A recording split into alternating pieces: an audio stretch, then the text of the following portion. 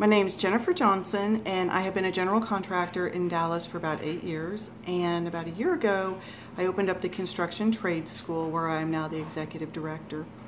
To be really honest with you, I wasn't even aware of the misclassification of workers until we had graduated our first class of job site supervisors. We had contractors coming in and they were filling out application paperwork to hire our students. And one or two of them was mentioning very offhandedly that they wanted to have a lead carpenter or job site supervisor, but they wanted to keep them as a subcontractor.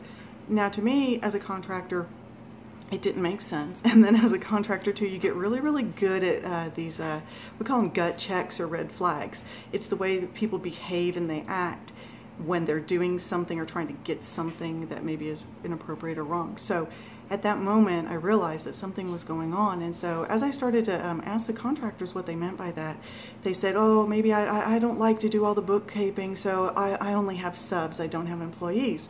And I said, well, is this a part-time job or is this a full-time job? And he goes, well, you know, they can work 40 hours a week for me. And, you know, I've had a couple of guys that have been working for years for me like this. And I mean, you know, everybody's happy this way, and they get to claim their own taxes and all their write-offs now.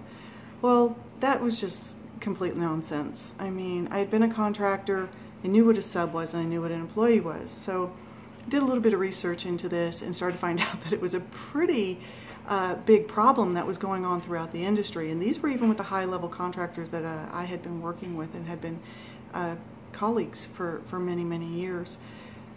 Now for us personally, we don't have anything to do with that. You're either an employee or you're a subcontractor.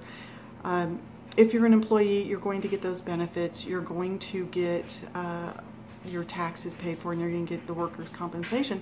But at the same time, as a contractor, I'm going to tell you what time to be at the job. I'm going to tell you specifically how I want the job done. I'm going to want you to stay on the job and do as I say. And I'm going to want you to represent my company.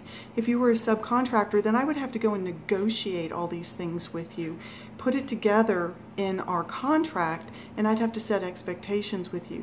At the same time, you as a subcontractor can walk off the job. If I am not living up to your expectations, or if we have a conflict, there's power in being able to walk away that the subcontractors lose when they start to be put into the position of employee without the security of being an employee. So we actually have an ethics class that we teach, and we began teaching 20 ways that your subcontractor might be an employee. It really has opened up the eyes of contractors that come to our school that might be treating their subs like employees and they didn't even know, or didn't even know that this existed.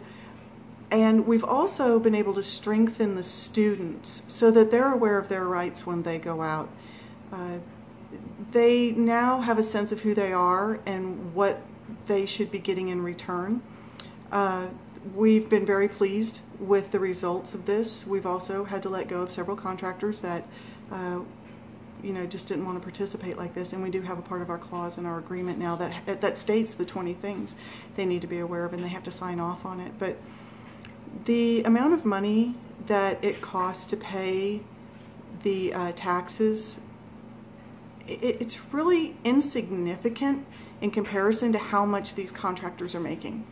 Most of the people I work with make about $3.5 million to $7.5 or $8 million a year in sales. And usually about 30% of that belongs to the contractor. And of course he has to pay the 30% taxes out of that. He has some high risk. It's a very high risk industry, so we have to adjust for that. And then we have to make sure that we have all of our insurances and contingency funds. It's not like there's just free money coming in the door, but there is a definite preponderance of money going towards the contractor and not the subcontractor. On the other hand, the subcontractors tend to have families that they're supporting. They are low income or they're middle income and they're working their way up. And then to have that burden fall on the subcontractor without any benefits of any kind from the contractor is incredibly unfair. And unfortunately, we have to make laws to tell people like these contractors that they're behaving badly. And the contractor's always like, I'm a good guy, I'm a good guy. I'm like, yeah, but a good guy that does bad things, they're a bad guy, and you're a bad guy. So, you know, peace, be gone, don't come back. We can't fix this problem, but we can definitely strengthen the good contractors in the industry. So this is just my take on it. My school is run on those tax dollars that these contractors don't want to pay.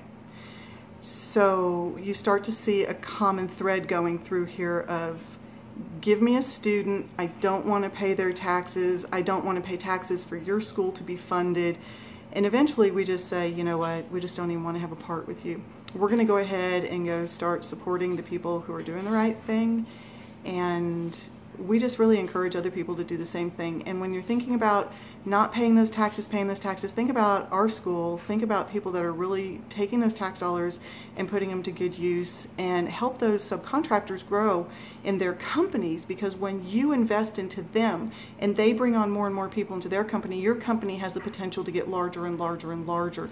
We have to see the bigger picture of what this money can do if it's applied appropriately, rather than just what you're saving today to go on that vacation. So anyway, I hope this was of help, and I thank you guys so much for listening. Thanks.